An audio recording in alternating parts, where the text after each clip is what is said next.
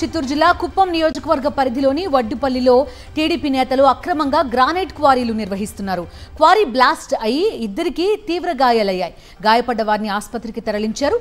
Illegal క్వారీపై mining అధికారులకు అనేకసార్లు ఫిర్యాదు చేసినా పట్టించుకోలేదని స్థానికులు ఆగ్రహం వ్యక్తం చేస్తున్నారు. యథేచ్ఛగా గ్రానైట్ అక్రమ రవాణా చేస్తున్నారు టీడీపీ నేతలు. మా కరెస్పాండెంట్ మూర్తి జాయిన్ అవుతున్నారు. పూర్తి డీటెయిల్స్ అడుగుదాం.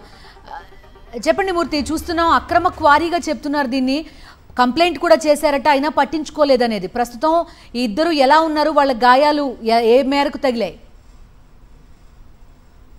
ఆంధ్రప్రదేశ్ రాష్ట్ర ముఖ్యమంత్రి చంద్రబాబు నాయుడు ప్రాతినిధ్యం వహిస్తున్నటువంటి కుప్పం నియోజకవర్గంలో తెలుగుదేశం పార్టీ నేతల కనుసన్నల్లో అక్రమ క్వారీలు జరుగుతున్నాయి. కుప్పం మున్సిపాలిటీ పరిధిలో 7వ వార్డు పరిధిలో వచ్చేటువంటి వడ్డిపల్లిలో యొక్క రాళ్ల గంగమ్మ గుడి సమీపంలో యొక్క అక్రమ క్వారీ నిర్వహిస్తూ ఉన్నారు. ఈ క్రమంలోనే బ్లాస్టింగ్ జరగడం జరిగింది. క్వారీ ఫెయిల్యూర్లకు సంబంధించి బ్లాస్టింగ్ పెట్టడంతో అక్కడ పనిచేసేటువంటి ఇద్దరు యువకులకు తీవ్ర గాయాలయ్యాయి. వీరిలో రాజు అనేటువంటి యువకుడు చనిపోవడం జరిగింది. కొద్దిసేపటి క్రితమే అతన్ని తీవ్రంగా గాయపడడంతో బెంగళూరుకు మెరుగైన వైద్యం కోసం తరలిస్తుండగా మార్గ మధ్యలో మృతి చెందినట్టుగా సమాచారం ఉంది. ఈ నేపథ్యంలోనే ఆ సంఘటనా ప్రాంతానికి చేరుకున్నటువంటి కుటుంబ సభ్యులంతా కూడా కన్నీళ్ల పర్యంతో ఉంటూ ఉన్నారు. ప్రధానంగా యొక్క గుడిపల్లి మండలం పాపన్నూరు గ్రామానికి చెందినటువంటి రాజు యొక్క క్వారీలో పనిచేస్తూ ఉన్నాడు. అనుకున్న విధంగా యొక్క బ్లాస్టింగ్ లో తీవ్ర గాయాలు కావడంతో ఒక వ్యక్తికి కాలు అయితే తీవ్రంగా ఊడిపోయింది. మరో